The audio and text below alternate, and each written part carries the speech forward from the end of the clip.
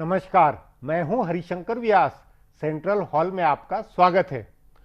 कोई माने या न माने, अपना मानना है कि भाजपा बनाम कांग्रेस के टकराव में मजे क्षेत्रीय पार्टियों के हैं। छत्रपों की राजनीति आगे बढ़ रही है। विधानसभा के ताजा चुनावों ने भी छत्रपों की महत्वाकांक्षाओं को पंख लगाए।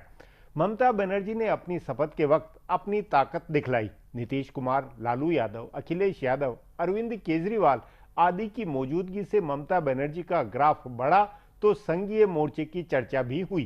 संदेह नहीं कि छत्रपों की चिंता मोदी सरकार को लेकर है।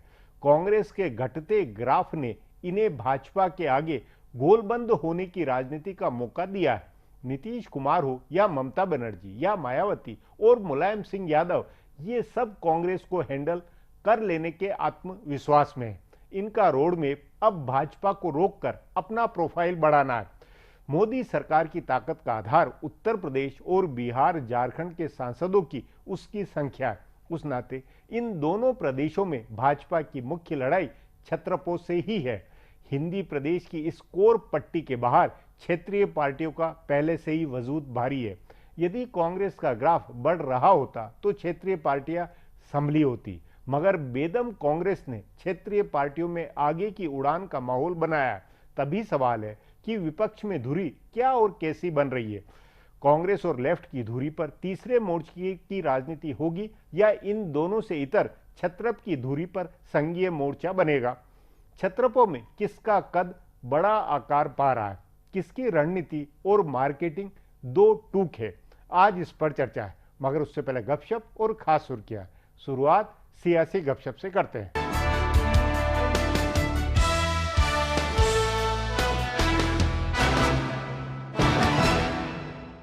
इलाहाबाद में पार्टी की राष्ट्रीय कार्यकारिणी खत्म होने के बाद एक बार फिर नरेंद्र मोदी सरकार में फेरबदल की तारीखों को लेकर अटकलें शुरू हो गई हैं। भाजपा के जानकार नेता 17 से 21 जून के बीच बदलाव की संभावना बता रहे हैं। अमित शाह कह चुके हैं कि फेरबदल होगा, लेकिन तारीख तय नहीं है। सो एक सस्पेंस तारीख है और दूसरा सस्पेंस नए चेहरों का है। उत्तर प्रदेश, पंजाब और उत्तराखंड से नए चेहरे लाने की चर्चा है। जानकार सूत्रों के मुताबिक कल्याण सिंह को खुश करने के लिए उनके बेटे राजवीर सिंह को राज्य मंत्री के रूप में शपथ कराई जा सकती है। पहले चर्चा थी कि कल्याण सिंह इस्तीफा देकर उत्तर प्रदेश की सक्रिय राजनीति में लौटेंगे, लेकिन उनकी उम्र और सेहत को देखते हुए इसकी संभावना कम है। तभी राजवीर को बनाने की चर्चा है। भाजपा के जानकार सूत्रों का कहना है कि पंजाब के प्रदेश अध्यक्ष विजय सांपला केंद्र में मंत्री बने रह सकते हैं, क्योंकि पार्टी के पास वहां से कोई दूसरा दलित चेहरा नहीं है। उनके साथ साथ नवजोत सिंह सिद्धू को मंत्री बनाया जा सकता है। उत्तराखंड से भुवन चंद खंडूरी या भगत सिंह कोश्यारी में से किसी एक को मंत्री बनाए जाने की संभावना है। अगर बिहार से राज्यसभा में आए गोपाल नारायण सिंह को राज्य मंत्री बनाया जाता है तो खंडूरी के बनने की संभावना बढ़ जाएगी। बिहार के एक और सांसद जनक राम के मंत्री बनने की चर्चा है। मध्य प्रदेश से नए चेहरे के रूप में प्रहलाद पटेल मजबूत दावेदार हैं, तो महाराष्ट्र से भी एक नया चेहरा शामिल किए जाने की चर्चा है। नए चेहरों और फेरबदल की तारीखों के अलावा एक सस्पेंस उन नामों को लेकर है जिन्हें हटाया जा सकता है या जिनकी तरक्की हो सकती है। बताया जा रहा है कि आधा दर्जन नेताओं को तरक्की देकर राज्य मंत्री से कैबिनेट मंत्री बनाया जा सकता है। इसी तरह आधा दर्जन मंत्री ऐसे भी हैं जिनके ऊपर तलवार लटकी है। भाजपा के जानकार सूत्रों के मुताबिक उत्तर प्रदेश के 3 या 4 मंत्रियों को तरक्की दी जा सकती है। बताया जा रहा है कि नजमा हेपतुल्ला के हटने की महीनों से चल रही अटकलें अब सही साबित होंगी। वे सरकार से हटेंगी और उनकी जगह मुख्तार अब्बास नकवी कैबिनेट मंत्री बनेंगे। कपड़ा राज्य मंत्री संतोष गंगवार को भी कैबिनेट मंत्री बनाए जाने की चर्चा है। रेल राज्य मंत्री मनोज सिन्हा, शिक्षा राज्य मंत्री रामशंकर कठेरिया और पर्यटन व संस्कृति मंत्री महेश शर्मा को भी प्रमोशन मिल सकता है। 2 साल के कामकाज का आकलन करके कुछ मंत्री हटाए जाएंगे और कुछ मंत्रियों को संगठन के काम के लिए पार्टी में भेजा जाएगा। बताया जा रहा है कि बिहार के 4 मंत्रियों गिरिराज सिंह, राजीव प्रताप रूडी, राधा मोहन सिंह और रामकृपाल यादव में से 2 लोगों को पार्टी में भेजा जा सकता है। इसी तरह 2 वरिष्ठ मंत्रियों जेपी नड्डा और नरेंद्र सिंह तोमर को राज्यों की राजनीति के लिहाज से संगठन में भेजने की चर्चा है। इनके अलावा कुछ अहम मंत्रालयों में मंत्री बदले भी जा सकते हैं।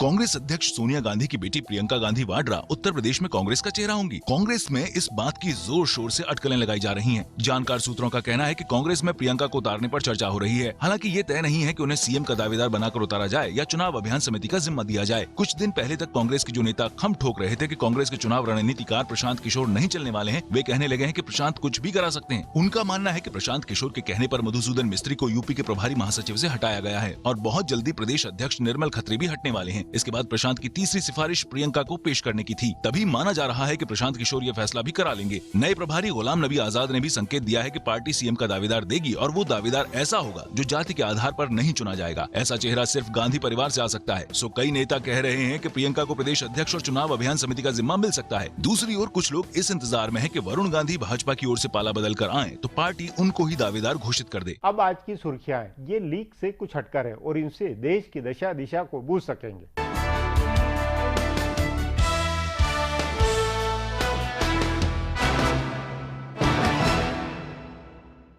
केंद्रीय वित्त मंत्री अरुण जेटली ने दावा किया है कि वस्तु व सेवा कर बिल को देश के लगभग सभी राज्यों ने समर्थन दे दिया है। कोलकाता में राज्यों के वित्त मंत्रियों के साथ अहम बैठक के बाद जेटली ने कहा कि देश के सभी राज्य जीएसटी बिल के पक्ष में हैं। उन्होंने कहा सिर्फ तमिलनाडु ने बिल को लेकर कुछ चिंता जाहिर की है। जेटली ने संविधान संशोधन में जीएसटी की उच्च दर को शामिल करने की कांग्रेस की मांग को भी खारिज कर दिया और कहा कि राज्य सरकारें इसे संविधान संशोधन से बाहर रखने के लिए तैयार हैं। गौरतलब है कि जीएसटी बिल लोकसभा ने पास कर दिया है, लेकिन ये काफी अरसे से राज्यसभा में लंबित है क्योंकि कांग्रेस पार्टी इसका विरोध कर रही है। वित्त मंत्रियों की बैठक में 22 राज्यों के वित्त मंत्री और 7 राज्यों के प्रतिनिधियों ने हिस्सा लिया। बैठक की अध्यक्षता कर रहे पश्चिम बंगाल के वित्त मंत्री अमित मिश्रा ने वित्त मंत्रियों की मौजूदगी और उनके दृष्टिकोण की तारीफ की और कहा कि जुलाई के दूसरे हफ्ते में ऐसी ही बैठक की योजना बनाई जा रही है। ध्यान रहे, केंद्र सरकार इस बिल को मॉनसून सत्र में पास कराने की योजना बना रही है।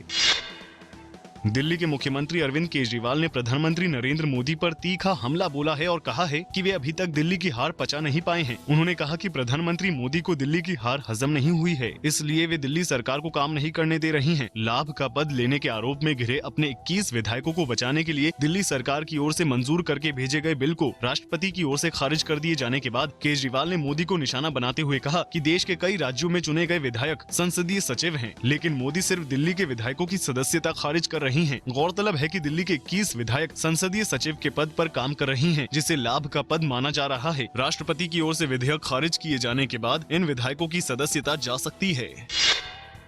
प्रधानमंत्री नरेंद्र मोदी पर अरविंद केजरीवाल के हमले के बाद भाजपा ने जोरदार पलटवार किया। भाजपा ने कहा कि केजरीवाल बिना किसी कारण से प्रधानमंत्री नरेंद्र मोदी पर निशाना साधने की आसक्ति से ग्रसित हैं। भाजपा के प्रवक्ता संबित पात्रा ने केजरीवाल को निशाना बनाते हुए उन्हें ये भी नसीहत दी कि वे राष्ट्रपति कार्यालय की विश्वसनीयता पर सवाल न उठाए। दिल्ली के 21 विधायकों की सदस्यता बचाने के लिए पास किए गए लाभ के पद विधेयक को राष्ट्रपति की ओर से खारिज किए जाने के बाद केजरीवाल ने इसके लिए मोदी को जवाबदेह ठहराया है। इसकी आलोचना करते हुए संबित पात्रा ने कहा कि केजरीवाल को राष्ट्रपति कार्यालय को राजनीतिक विवाद में घसीटने से बचना चाहिए। उन्होंने कहा कि केजरीवाल की अपनी महत्वाकांक्षा हो सकती है, लेकिन उन्हें इसके लिए राष्ट्रपति कार्यालय की विश्वसनीयता कम नहीं करनी चाहिए। भाजपा के साथ साथ कांग्रेस पार्टी ने भी विधेयक को खारिज किए जाने का स्वागत किया है।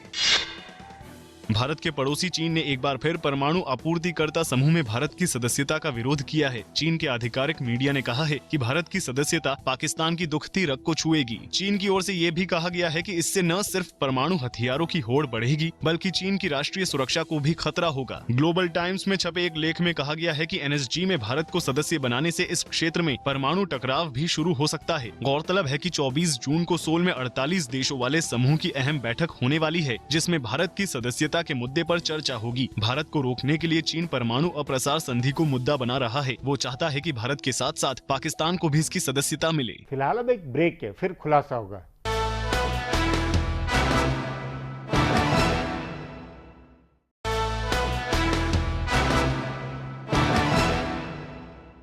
यदि भारत की राजनीति का सत्ता पक्ष नरेंद्र मोदी और अमित शाह की धुरी पर आक्रामक है, तो विपक्ष में ममता बनर्जी, अरविंद केजरीवाल या नीतीश कुमार की सक्रियता कम नहीं है। छत्रपों में मौन और हल्ला बोल राजनीति के कई खिलाड़ी हैं। इन सबसे फिलहाल भाजपा को खतरा नहीं है, लेकिन अगले 8-10 महीने निर्णायक होंगे। इस पर आगे चर्चा करें, उससे पहले देखें मेरा यह खुलासा।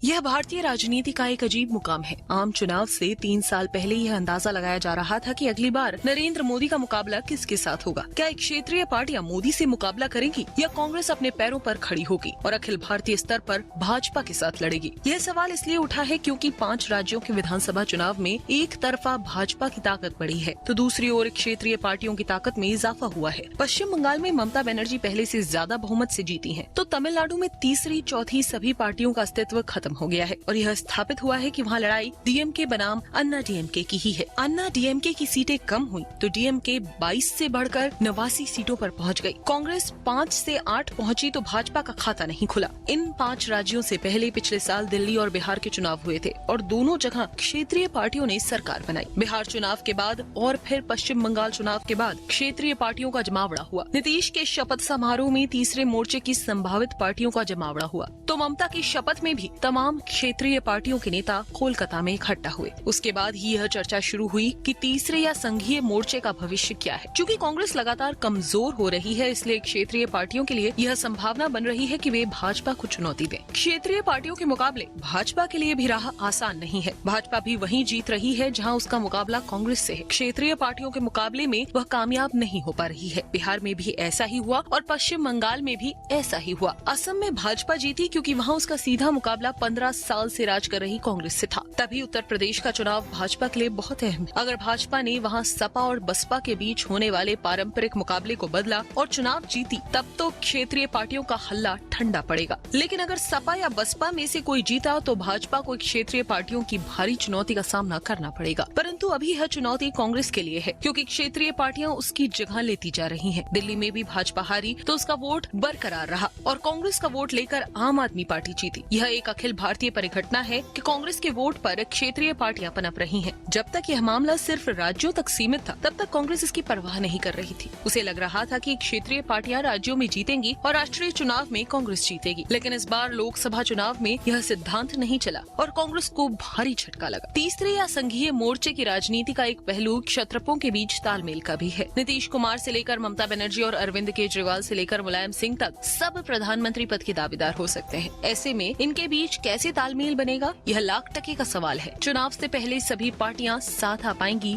यह भी एक बड़ा सवाल है। अब एक ब्रेक है, उसके बाद क्षत्रपों के मूड पर चर्चा करेंगे।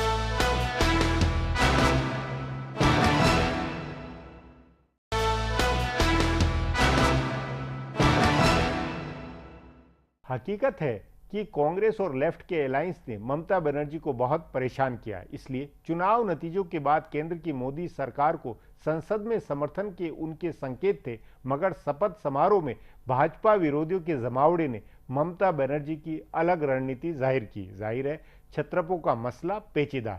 इस पर चर्चा के लिए आज मेरे साथ वरिष्ठ पत्रकार नीरजा चौधरी है।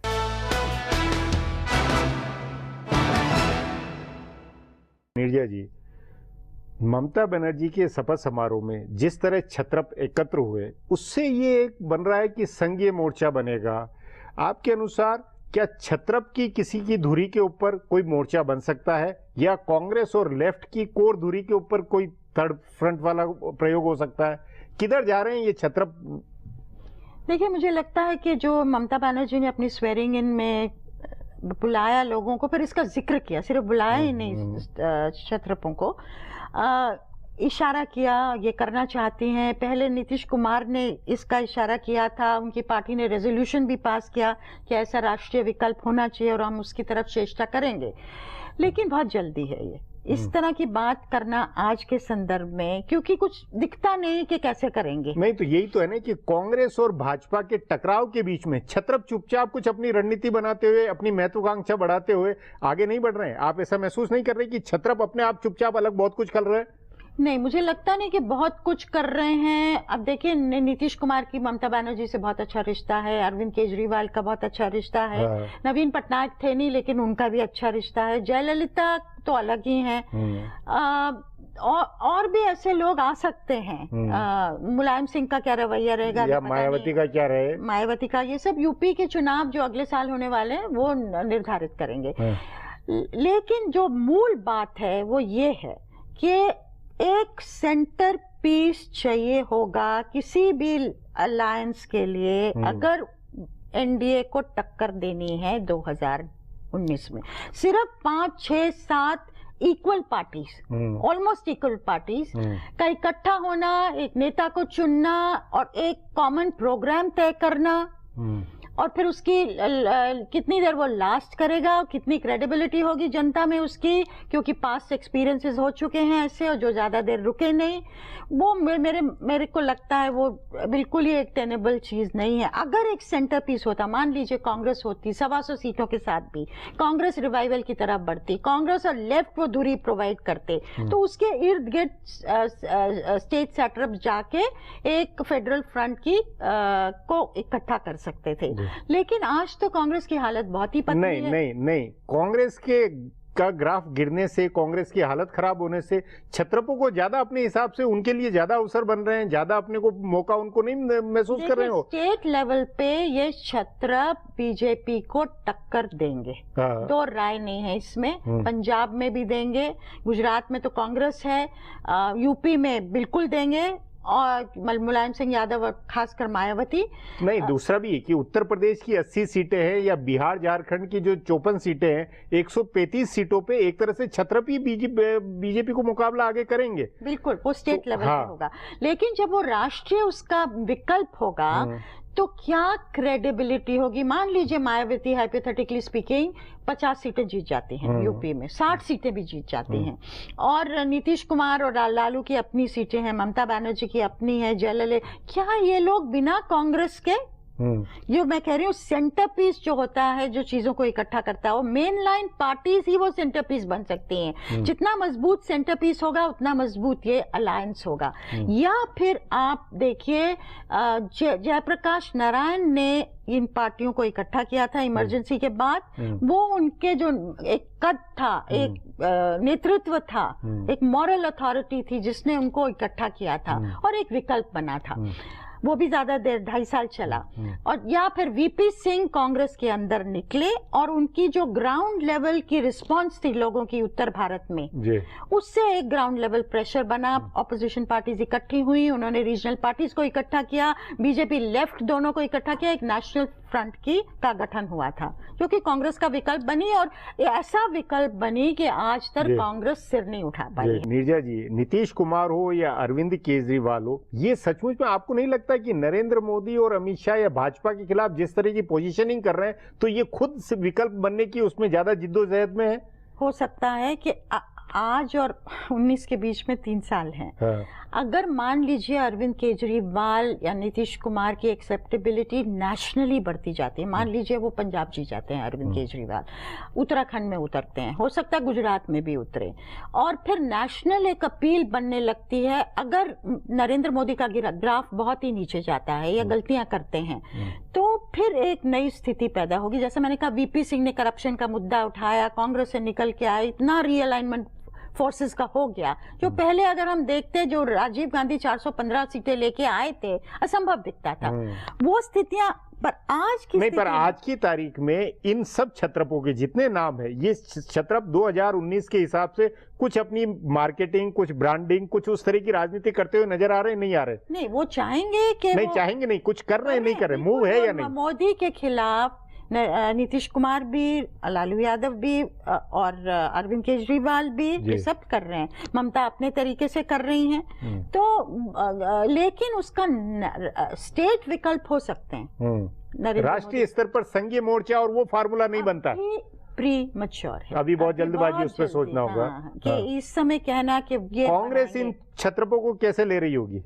देखिए, कांग्रेस अभी तो लेफ्ट के साथ है, लेफ्ट और कांग्रेस हो सकता है एक केंद्र बिंदु बन जाए ऐसे फ्रंट का, लेकिन फिलहाल कांग्रेस को अपना ही नहीं समझ में आ रहा कि करना क्या है आगे। राहुल गांधी को लाना है, प्रियंका को लाना है, यूपी में क्या करना है, लड़ाई कैसे फाइट बैक करना है। एक बहुत ही आक्रामक बीजेपी और नरेंद्र मोदी अमित शाह की जोड़ी है, वो सामने आ रही है।